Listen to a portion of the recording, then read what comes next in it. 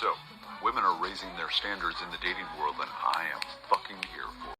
Actually, that's not entirely accurate. It's not that women are raising their standards, it's that men have been lowering their standards consistently for the last several decades. We all know that for generations, women were expected to be stay-at-home housewives who took care of the kids, but we're not really seeing that much anymore, now are we? No, women aren't held to their traditional gender role anymore, contrary to what a lot of guys and women need to believe. But you know who is still bound to their traditional gender role? Men are. Up to 70% of women are still expecting men to be the primary provider in a relationship. And as we all know, these expectations and standards go back a long time.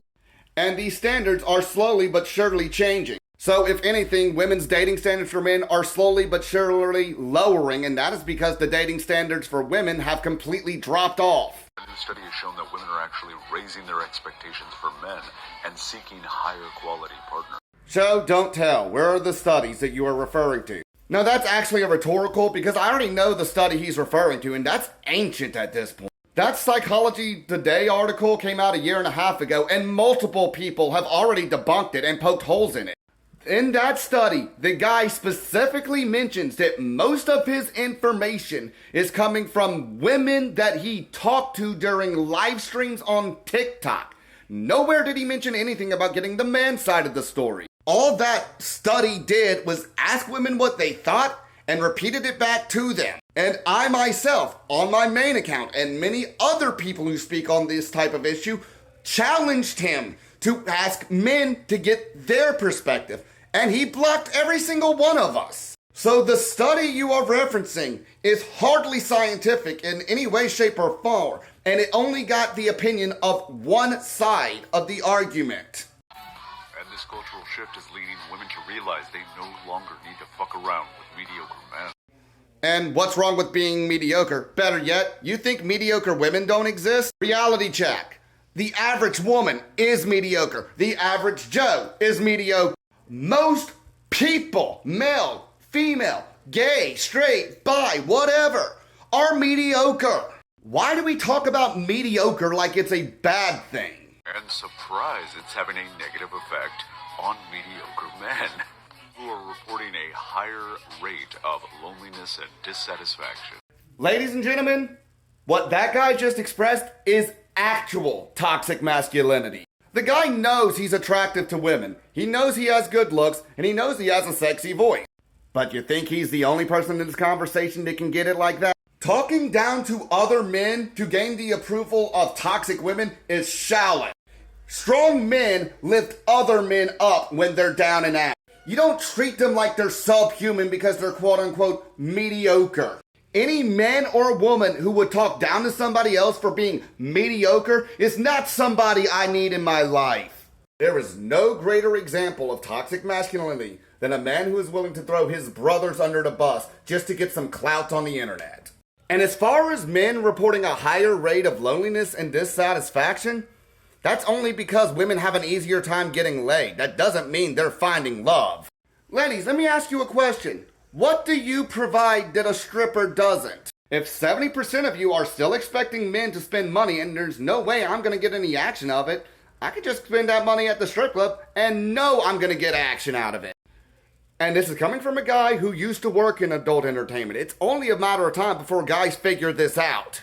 Also, I'm planning on taking my experience in the adult entertainment industry and writing a strip club etiquette book for young men. Anyway, got a little bit off topic, but I digress.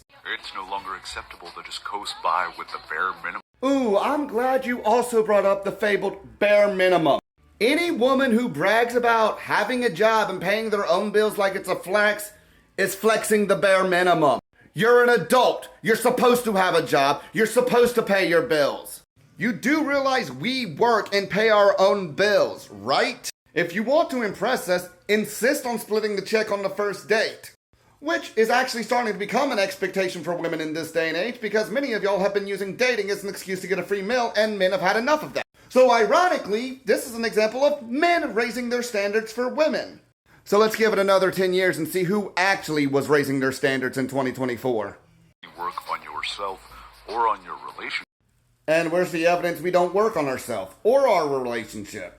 Given that anywhere between 60 to 80% of divorces are filed by women, I'm going to go out on a limb and say that women would rather leave than work on themselves and the relationship. I mean, all this time, y'all have been telling us to go to therapy, and when we finally do start going to therapy, y'all whine about us using therapy speak, which as far as I'm concerned is y'all just exposing yourself. Most of y'all aren't going to therapy to work on yourselves. You're going to therapy so you can better learn how to manipulate others, including your therapist, unless of course your therapist is well aware of what you're doing and is 100% complacent with it.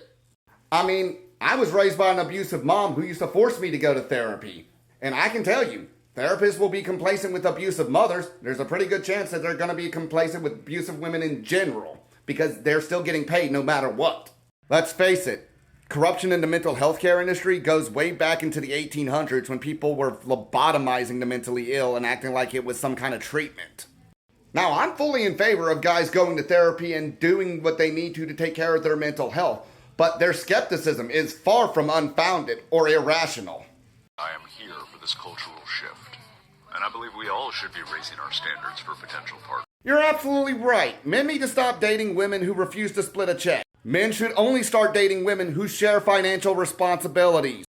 If I wanted to take care of another grown adult, I have a grandmother with a brain tumor who's not going to live much longer. And the only other grown adult I wish to take care of is maybe my dad if he ever gets to that point when he's older. If we are dating, we are a partnership. You need to pull your weight too. You don't get to demand empathy and emotional intelligence from men when anytime a man wants to talk about his feelings or talk about the stuff you're doing in a relationship, you just smart mouth him and tell him to go to therapy.